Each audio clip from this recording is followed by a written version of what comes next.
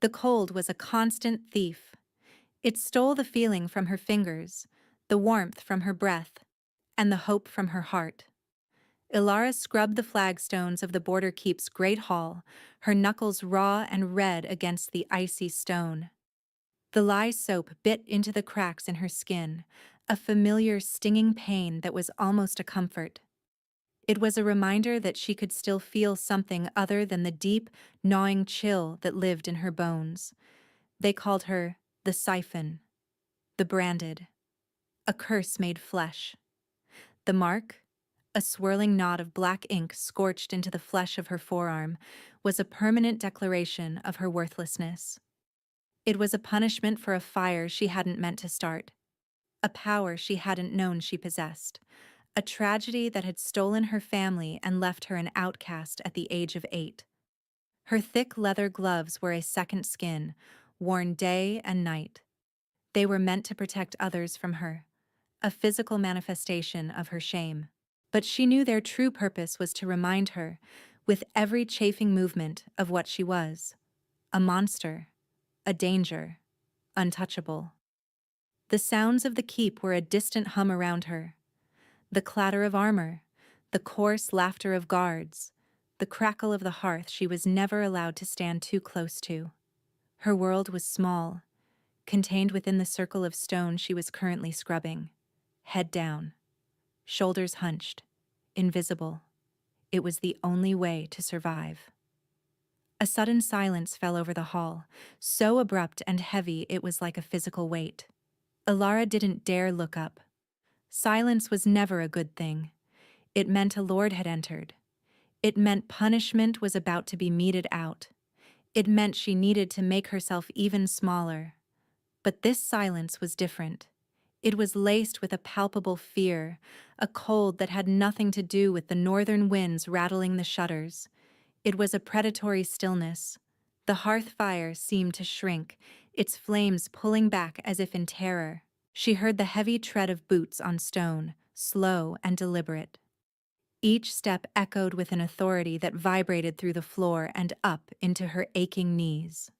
A shadow fell over her, vast and consuming, eclipsing the weak morning light. "Get up." The voice was not a command. It was a statement of fact, deep and resonant as a glacier calving into a frozen sea. It was a voice that expected absolute obedience. Ilara flinched, her heart hammering against her ribs. She kept her eyes fixed on the soapy water, on the gray slurry of dirt and lye. Looking up was an invitation for cruelty. "I will not repeat myself." The cold intensified, pressing in on her. It was a living thing, an aura of absolute zero that emanated from the figure standing over her. Slowly, trembling, she pushed herself to her feet. She kept her head bowed, her gaze locked on the worn tips of her boots. She could feel the eyes of every guard, every servant, every noble in the hall fixed upon her. Their scorn was a familiar cloak, but now it was threaded with a new, sharper emotion: terror. Not for her, but because of the man who had singled her out. The Alpha King. She knew of him, of course. Kaelin, the Frost King. A ruler of immense power, ancient and feared. Legend said he had winter in his veins, that his heart was a shard of ice. They said he had never taken a mate, for no warmth could survive his touch. His visit to this remote border keep was an unexpected terror, and she had been foolish to think she could remain invisible. A hand entered her field of vision. It was large, encased in a black leather glove, but even through the material she could feel the impossible cold. It tilted her chin up, forcing her to meet his gaze. Everything she had ever heard about him was an understatement. He was brutally beautiful, his face carved from granite and moonlight. High cheekbones, a strong jaw, and a mouth that looked as if it had never known how to smile. But his eyes were the color of a winter sky just before a blizzard, a pale, piercing silver gray that seemed to look past her skin, past her bones, and into the broken, frightened thing that was her soul. He saw the brand. His gaze dropped to her arm, where the edge of the black ink peeked from beneath her glove. She braced for the disgust, the immediate recoil. It was the reaction she always received. But he didn't recoil. A flicker of something unreadable crossed his face. Not disgust, not pity. Something else entirely. Recognition. "Lord Valerius," the king said, his voice dropping to a near whisper, yet it carried to every corner of the silent hall. The keep's master, a cruel and corpulent man, scurried forward. "Your Majesty," Valerius stammered, bowing low, "forgive this creature. She is a branded siphon, a servant of the lowest order. A mistake. She will be punished for being in your sight." King Kalen did not look away from Alara. His silver eyes held hers, a captive audience to his power. "She is no mistake."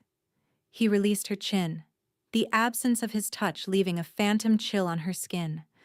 He turned his head slightly, addressing the trembling lord without honoring him with his gaze. "You have kept something of mine." Confusion rippled through the hall. Alara's own mind went blank with shock. His? What could he possibly mean?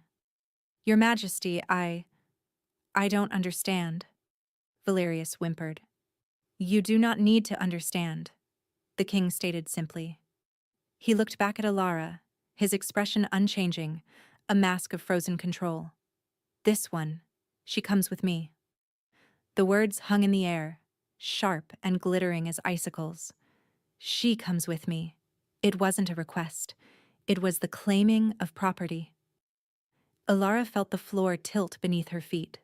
Fear, stark and absolute, warred with a dizzying, impossible flicker of something else. Something she hadn't felt in over a decade. Hope.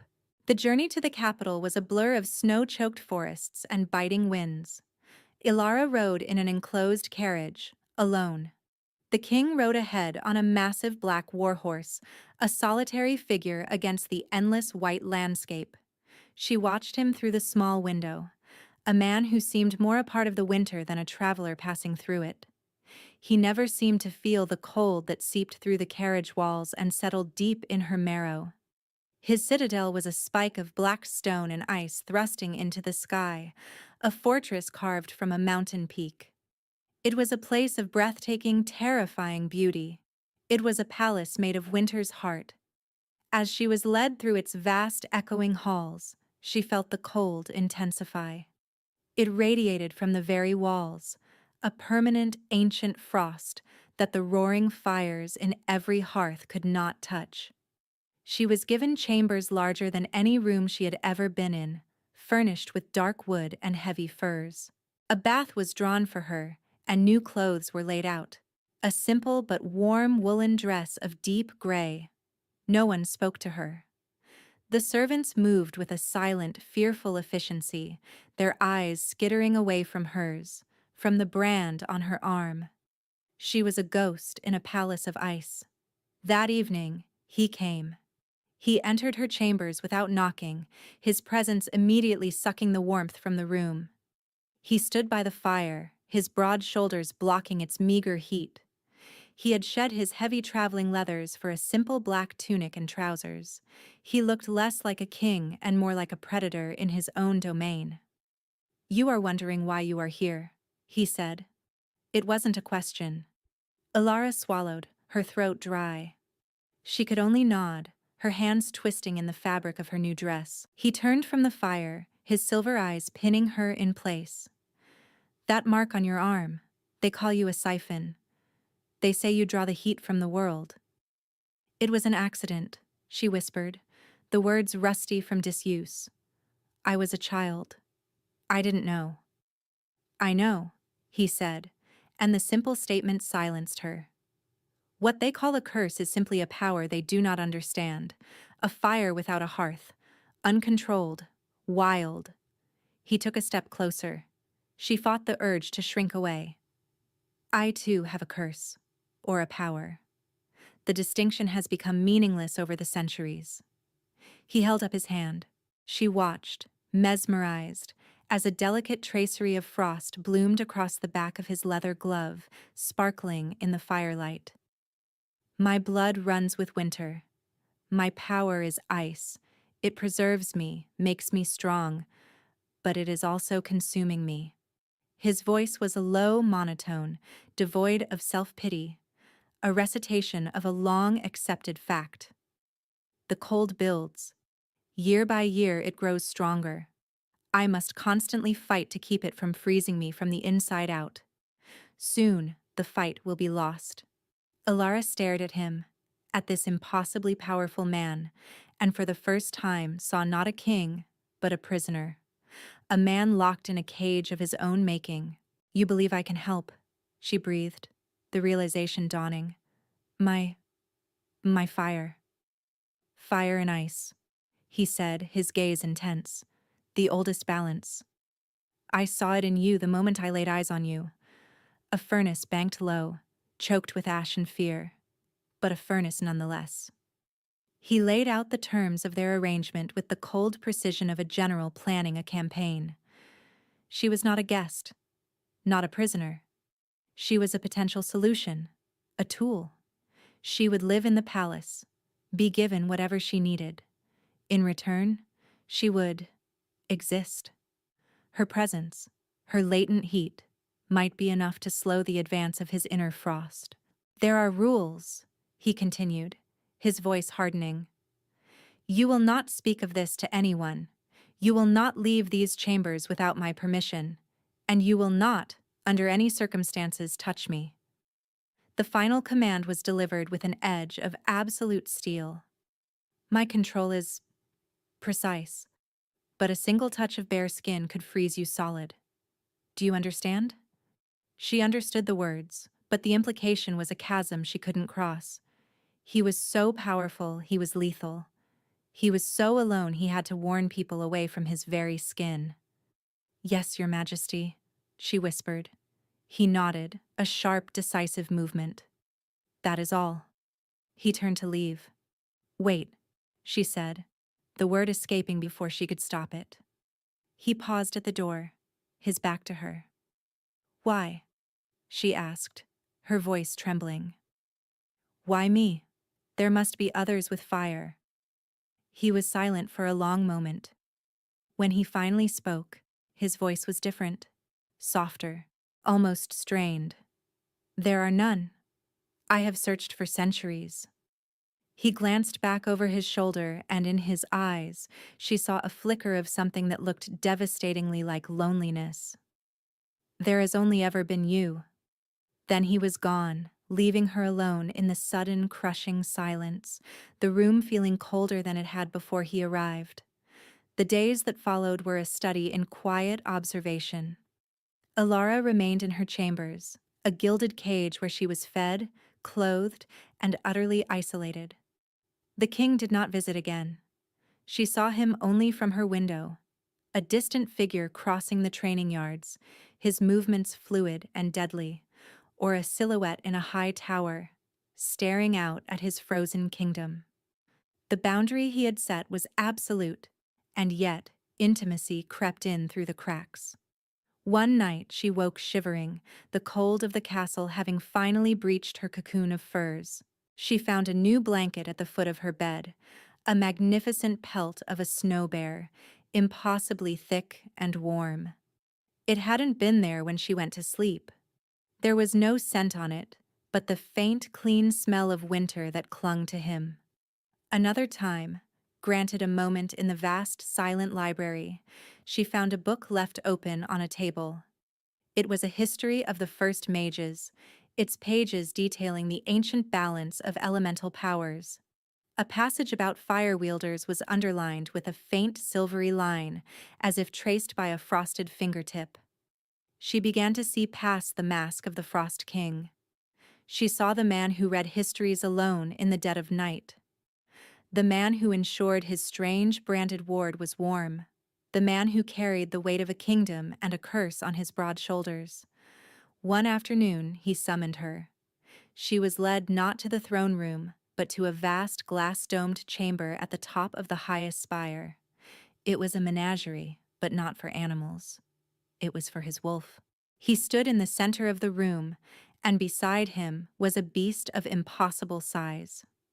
A wolf as black as a starless night, with shoulders as broad as a bull's and paws the size of dinner plates. Its eyes were the same silver gray as the king's, intelligent and ancient. But it was the thing on its head that made her gasp. An iron muzzle, complex and cruel, was locked over the wolf's powerful jaws. It was not a simple restraint. It was a cage of thick, black iron bars and plates, with a heavy lock beneath the chin. Frost clung to the metal, and with every puff of the wolf's breath, a cloud of icy vapor escaped the grate. "My other half," Kalen said, his voice quiet. He stood beside the beast, his hand resting on the thick fur of its neck. "When the curse is strong, it manifests more powerfully in this form. My breath can freeze a man's heart in his chest from 10 paces. He looked at her, his expression grim. "The muzzle is a necessity. It contains the worst of it. It has not been removed in years." Ilara stared at the wolf. It met her gaze without aggression. There was a deep, weary sadness in its silver eyes, a resignation to its cold prison. She saw the way the frozen metal bit into the fur around its snout, the way it held its magnificent head low. "Does it hurt?" she whispered, the question for the man and the beast. Kalen's jaw tightened. "It is uncomfortable." A masterful understatement. She could see the truth in the wolf's eyes. It was agony. She took a hesitant step forward. The wolf did not move, did not growl. It simply watched her.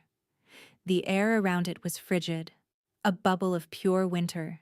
"I am showing you this so you understand the stakes," Kalen said, his voice a low warning. "So you understand the boundary. This is what I am fighting. This is what I must control." She saw the truth then. The nightly visits that had become a silent ritual, he would stand in her doorway for a few moments before retiring, as if her mere presence was a balm, were not just for his benefit. He was checking on her. The books, the blankets, they were small gestures of care from a man who had forgotten how to give them.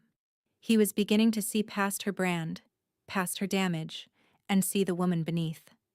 And she, in turn, was seeing the lonely, burdened soul inside the Frost King. The unspoken arrangement was fraying at the edges. The clinical distance was dissolving into something fragile and terrifyingly real. Not everyone saw this fragile connection as a thing of hope. Lord Valerius, the former master of her border keep, had been a part of the king's council for years. He was a man who thrived on proximity to power, a sycophant with the eyes of a viper. He had been horrified when Kalen claimed Ilara, but he had hidden it well. Now, in the heart of the citadel, his resentment festered. He saw Ilara not as a cure, but as a rival, a wild card that threatened the careful web of influence he had spent decades weaving around the cold, isolated king. He began his campaign subtly, a whispered word in the ear of a courtier about the dangers of a siphon so close to the throne. A forgotten, historical text left in the council chambers, detailing how fire wielders had once burned kingdoms to ash. He cultivated an atmosphere of fear and suspicion around her. Ilara felt it in the way the servants now flinched if she came too near, the way the guards stiffened when she passed. The whispers followed her like a miasma, branded, unclean, dangerous. It was a return to the life she thought she had escaped, and her old self-doubts came roaring back. Was the king wrong? Was she truly just a monster he was foolishly trying to tame? Valerius sought her out one day in the library. She was trying to read, but the words swam before her eyes. He approached with a smile that was all teeth, a mask of paternal concern. "My dear child," he began, his voice slick with false sympathy, "I worry for you." Ilara said nothing, merely clutching her book tighter. "The king, he is a desperate man." Valerius continued, lowering his voice conspiratorially. He latches onto any glimmer of hope.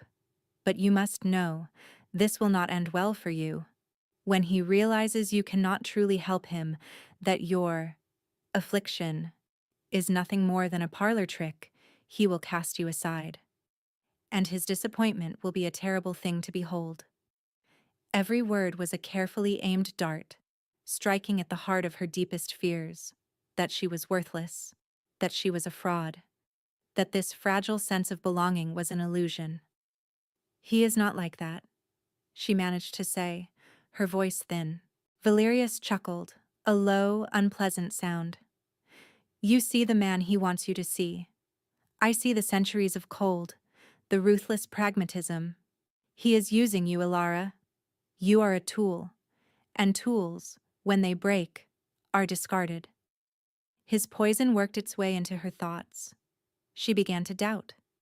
When Kalen left the warm blanket, was it care, or was he merely preserving his potential cure? When he left the book, was it a connection or a command to study? Valerius escalated his plan. He convinced the council that Ilara's power needed to be tested, to be quantified. For the king's safety, he argued, his face a mask of loyal concern. Kalen, seeing the logic and perhaps wanting to prove her worth to his skeptical court, reluctantly agreed. They took her to a deep, stone chamber, a place used for training battle mages centuries ago. In the center was a block of ice, hauled from the deep glaciers. The test was simple. She was to melt it. Ilara stood before the block, the eyes of the council on her. Valerius stood beside the king, a smug, knowing look on his face. She took off her gloves, her hands trembling. She had never tried to call her power, only ever to suppress it. She placed her hands on the ice. She closed her eyes, searching for the warmth she knew lived inside her, the furnace Kalen had spoken of.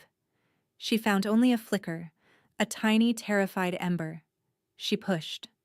Nothing. The ice remained solid, its cold biting at her palms.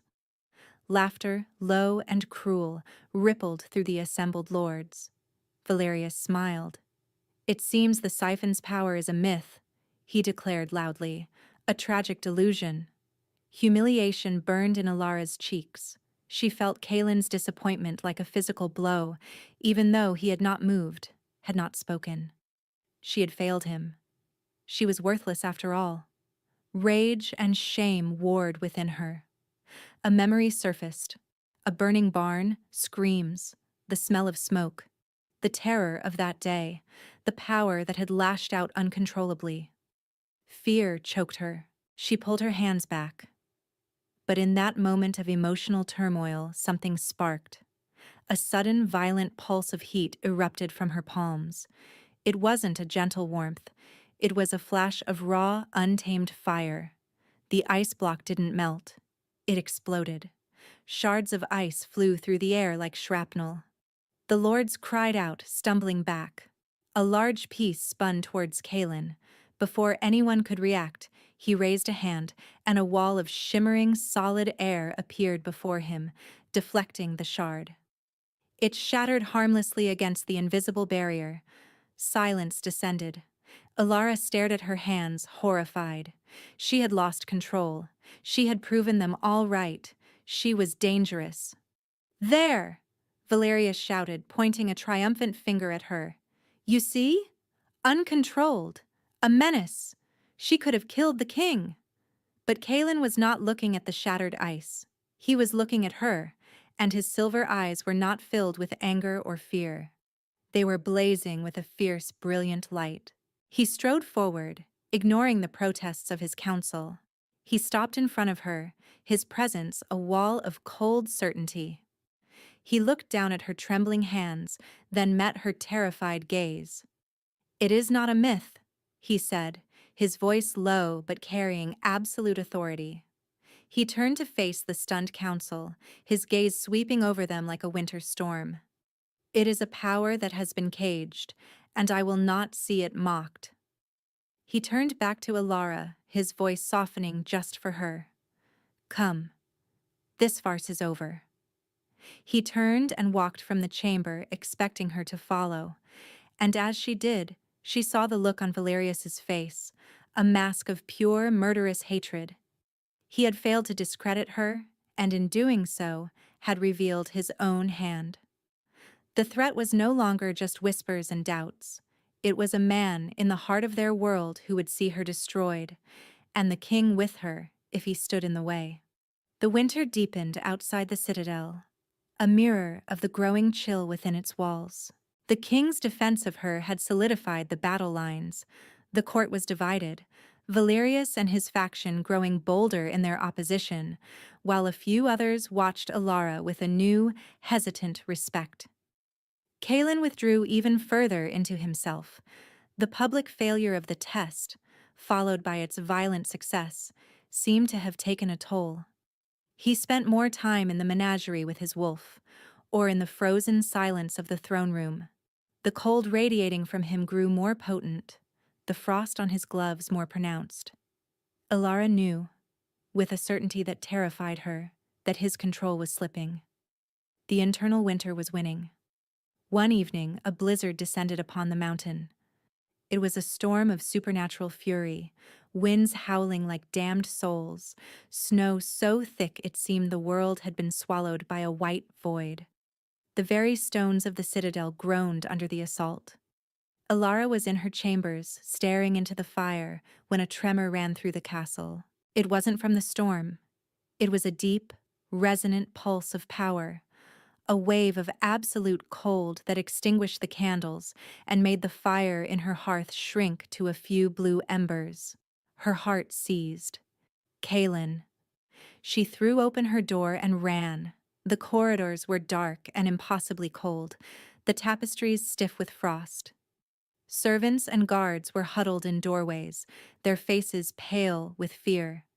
They stared at her as she passed, a lone figure running towards the source of the terrifying cold. The throne room doors were frozen shut, coated in a thick layer of ice. She could feel the power radiating from within, a raw, untamed blizzard that had been unleashed. She placed her hands on the ice, and for the first time did not flinch from the surge of warmth that answered her fear. The ice hissed and melted under her touch, and she shoved the heavy doors open. The scene within stole the air from her lungs. The vast chamber was a cavern of ice. Frost coated every surface, hanging in great glittering chandeliers from the ceiling. The guards who had been on duty were frozen in place, statues of agony, their faces etched with shock.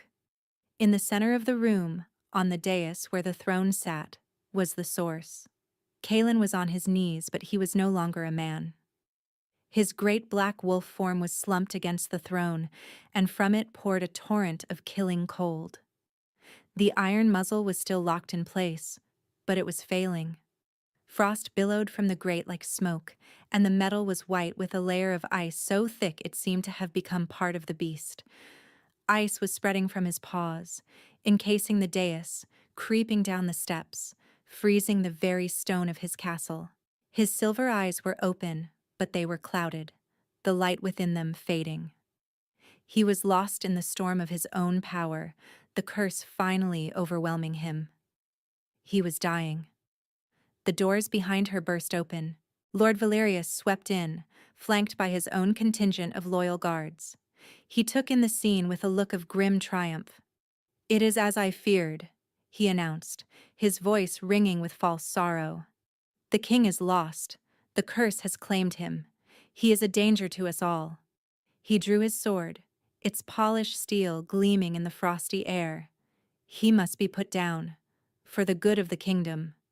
His guards advanced, their swords drawn.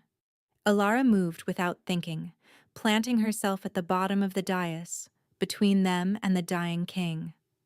"No," she said, her voice shaking but firm. Valerius sneered. "Step aside, Siphon. This does not concern you. Your experiment has failed." "You will not touch him," she said, her voice rising, gaining a strength she didn't know she possessed. She spread her arms, shielding the path to Kaelin's frozen form. "Do not be a fool," Valerius snarled. losing his patience. "He is already dead. That is just a shell of ice and fury. Seize her." The guards hesitated, their eyes on the waves of cold pouring from the wolf. They were afraid, but Valerius was more terrifying. They began to advance. Ilara felt a despair so profound it threatened to shatter her. It was over. He was going to die, and she was powerless to stop it. She looked up at the great dying wolf, at the agony in his fading eyes, at the cruel frozen cage on his face. He had been alone for centuries, and now he would die alone, imprisoned in ice and iron. No. A single word, a silent scream in her soul. She would not let it end this way. She turned her back on Valerius and his men. She walked up the frozen steps of the dais, each step an act of defiance. The cold was a physical thing, a wall of razor blades that sliced at her skin. Her dress began to stiffen with frost. Her breath crystallized in front of her face. It felt as if her blood was turning to slush in her veins. The guards stopped, watching in stunned silence. Even Valerius was frozen in place by the sheer audacity of her actions. She reached the wolf. He was so still, only the faint tremor of the cold pouring from him proved he was still alive. She reached out a trembling hand, her glove doing little to shield her from the searing frost. She touched his shoulder. The cold was so intense, it was like being burned. Through the pain, she felt it. A flicker of his consciousness deep inside the storm. A spark of recognition. A silent plea. Her gaze fell upon the muzzle. The iron was no longer black. It was white, caked in layers of supernatural ice, fused to the fur and flesh beneath. She saw the pain it was causing him, a constant grinding agony on top of the curse that was killing him. He had told her never to touch him. He had warned her about the muzzle. But his rules were for a world where he was in control. That world was gone. She ripped off her gloves, throwing them to the frozen floor. She ignored the gasps from below. Her hands, pale and scarred, felt the brutal cold of the air. She knelt before the great wolf's head. She looked into his eyes, trying to pour all of her will, all of her desperate, unspoken feelings into that one look. "I am here. You are not alone." Then she placed her bare hands on the frozen iron lock of the muzzle. The pain was immediate and absolute. It was a scream of 1,000 frozen needles driving into her palms. The flesh of her hands flash froze to the metal, the cold shooting up her arms, aiming for her heart. Black spots danced in her vision. This was it. This was how she would die, frozen to the man she was trying to save. But beneath the agony, something else stirred. The ember she had struggled to find in the testing chamber, the one that had flickered and died, now felt the killing frost. It did not shrink from it. It roared in defiance, a refusal to let him go. A love she hadn't even dared name. A protective rage against the ice, against the iron, against the man who would dare to strike him when he was down. It was the trigger. Fire erupted from her hands. It was not the wild, destructive flash from before. This was a wave of pure, liquid gold light, a controlled and focused heat that poured from her palms. It was the warmth of 1,000 sunrises, the heat of a forge fire, the gentle glow of a hearth. The brand on her arm blazed, the black, ugly lines of the curse turning into a radiant, swirling sigil of golden light. The ice on the muzzle did not just melt, it vaporized with a deafening hiss. The frozen iron lock glowed cherry red, then orange, then white. The metal softened, groaned, and with a sound like a breaking chain, the lock shattered. Ilara pulled. The muzzle came away in her hands, no longer a cage but a twisted piece of molten metal. She threw it aside, where it clattered against the icy floor. For the first time in years, the king's wolf was free. He took a great, shuddering breath, and for a moment she feared a blast of frost would erupt from him. But the golden light from her hands did not stop. It flowed from her, over him, a tide of warmth pushing back the endless winter. The frost on his fur receded. The ice covering the dais began to crack and groan. The killing cold in the room lessened, replaced by a gentle, impossible warmth. The wolf's head lifted. His silver eyes, now clear and sharp, found hers. The weary sadness was gone, replaced by a raw, staggering awe. Slowly, with a grace that defied his massive size, he began to change. The black fur receded, the powerful form shifting and coalescing. In moments, Kalen the man knelt where the wolf had been. He was pale, weakened, but he was whole. The killing frost was gone from his eyes. He looked at her hands, which were still glowing with a soft golden light. He looked at the brand on her arm, no longer a mark of shame, but a thing of beauty and power. "Ilara," he breathed, his voice rough with disuse. Behind them, on the floor of the throne room, Lord Valerius stared, his face a mask of disbelief and terror. "Impossible," he whispered. Kalen's head snapped up. His silver eyes, now clear and cold as a winter dawn, pinned the traitor in place. He didn't need to raise his voice. The sheer, focused power in his gaze was enough. "Guards," he said, and the two men who had been frozen solid now thawed with a groan, stumbling forward, their loyalty immediately returning. "Take Lord Valerius to the deepest cell. He will await my judgment." Valerius didn't fight. He simply stared, defeated, as he was dragged away, his ambitions turned to ash by a power he could never have comprehended. The throne room was silent again, save for the drip of melting ice. Kalen turned back to Ilara. He slowly, hesitantly, reached out and took her hands in his. She braced for the cold, but his skin was merely cool, like stone on a spring morning. The lethal frost was gone. He looked down at their joined hands, her skin glowing, his pale and traced with faint blue veins. "I was wrong," he said, his voice thick with emotion. "I was a fool." "You were dying," she whispered, the light from her hands slowly fading as her panic subsided. "I was afraid," he corrected her, his grip tightening. "Not of the curse. I accepted that fate long ago. I was afraid of this. Of you. Of pulling you into my end." He finally met her eyes, and the raw vulnerability there shattered the last of her defenses. "I set rules to keep you safe from me, but I was the one who needed saving." He lifted her hand, the one with the glowing mark, and brushed his lips against her knuckles. The touch was electric, a meeting of cool and warm, of winter and summer. "You were never a curse," he whispered against her skin. "You were the cure."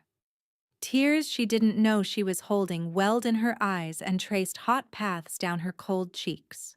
He gently wiped them away with his thumb. "The brand," she said, her voice catching. "They marked me as a monster." "They marked you for what they could not understand," he said softly. "Let me give you a mark they will all understand." He held her arm, his gaze on the now golden sigil. He lowered his head and touched his lips to the mark. A gentle warmth spread from his touch, meeting the fire in her skin. It was not a kiss of passion, but of reverence, of acceptance. When he pulled back, a faint silvery tracing of a crown had appeared, interwoven with the gold of her own power. The royal crest. She was no longer the branded. She was his. And he, finally, was hers. The love she hadn't dared to name, he spoke with his eyes, with his touch, with the heat of his breath against her skin. In the heart of a thawing castle, two souls, once broken and alone, became whole. 3 months passed. Spring came to the northern lands, a season the kingdom had not truly felt in centuries. The snows receded from the lower slopes of the mountain, and for the first time in living memory, green shoots pushed their way through the thawing earth in the citadel's courtyards. Alara stood on a high balcony overlooking one such courtyard. Where once there had been only snow and ice-scoured rock, there was now a garden, vibrant with new life. She had coaxed it from the frozen ground, her gentle, controlled warmth nurturing the dormant seeds. The people of the castle, who had once feared her, now called her the Fire Queen, the Sunheart. They came to her not with scorn, but with reverence. The brand on her arm was a thing of beauty, the golden fire and silver crown a testament to her true nature. She no longer wore the gloves. Her hands were her own again. A pair of strong arms wrapped around her from behind, and a familiar, comforting coolness pressed against her back. Kalen rested his chin on her shoulder, his breath warm against her ear. "My queen is working miracles again," he murmured, his voice a low rumble that vibrated through her. She smiled, leaning back into his embrace. The earth just needed a little encouragement. "As did I," he said softly. His touch was no longer dangerous, but it would always be cool. Her touch was no longer a weapon, but it would always be warm. They were a perfect balance, two halves of a whole. Lord Valerius had been exiled to the very border keep where Alara had once scrubbed floors, stripped of his titles and power, a fitting end for a man who saw people only as tools. The kingdom, under the joint rule of its Frost King and Fire Queen, was beginning to thrive. The fear that had coated everything like a thin sheet of ice was finally melting away. Kalen turned her in his arms, his silver eyes soft and full of a love that still, sometimes, took her breath away. The harsh lines of his face had softened. The perpetual winter in his soul had given way to a gentle autumn. He was still powerful, still a king, but he was no longer alone. "I spent centuries believing my power was a cage," he said, tucking a loose strand of her hair behind her ear. "That to love, to touch, was to destroy." "And now?" she whispered. He smiled, a true, breathtaking smile that was like the sun breaking through winter clouds. "Now I know that my power was just incomplete. It was waiting for its other half." He leaned in and kissed her, a slow, tender kiss that spoke of promises kept and a future filled with warmth. It was a kiss of balance, of homecoming. She was no longer worthless, invisible, or abused. She was a queen, loved and powerful, the heart of her king and her kingdom. And he, the feared Frost King, the muzzled beast, was finally, truly free. Together, they watched the sun set over their new world, a world where fire and ice did not destroy each other, but created a perfect, enduring peace.